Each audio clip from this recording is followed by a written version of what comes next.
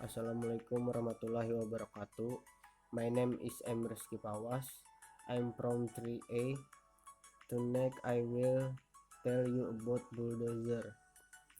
Bulldozer are one type of heavy equipment that function to open out material such as soil, sand, gravel, which have high power.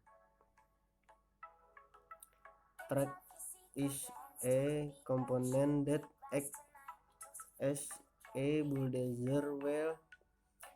Track is a component that is directly connected to the road, supplied by transmission the power from the engine so that the bulldozer can be moved. The cutting edge is a bulldozer component that help to level the ground. The blade is one of the most important parts of a bulldozer machine. The main part that serves to push or level the material.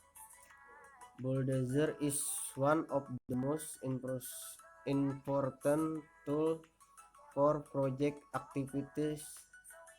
Bulldozer can move goods and level the ground.